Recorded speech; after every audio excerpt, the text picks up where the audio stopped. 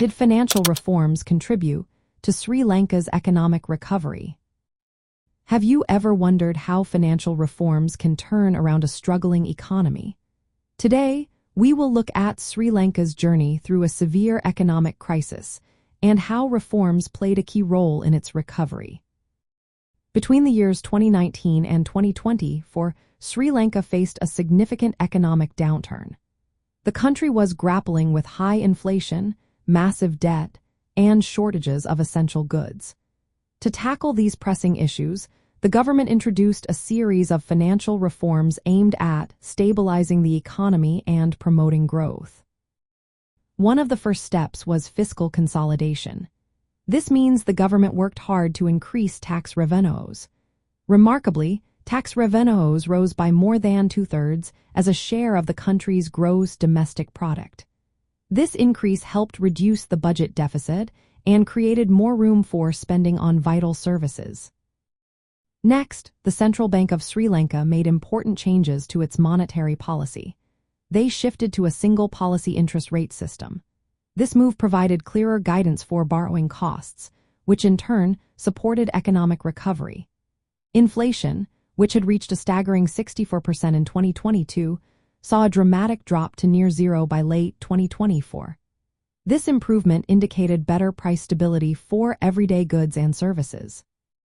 Debt restructuring was another critical aspect of the recovery process. Sri Lanka had to default on its public debt, but the government successfully negotiated a comprehensive restructuring deal. This included forgiving $3 billion and rescheduling $25 billion in repayments over 2 decades at lower interest rates.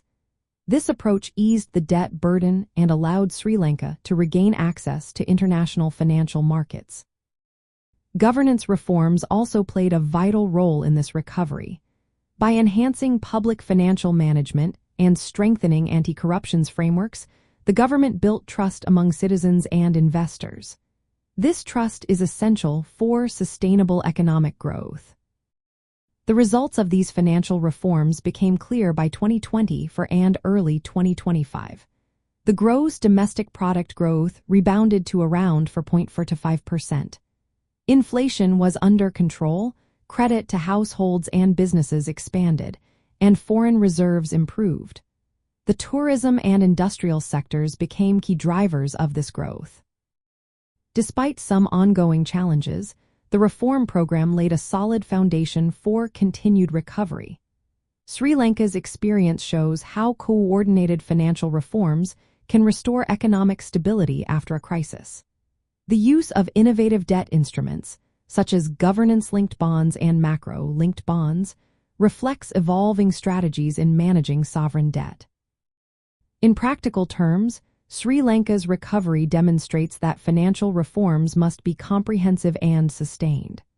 Addressing immediate fiscal imbalances is essential, but so is tackling structural weaknesses and improving institutional quality for lasting economic health.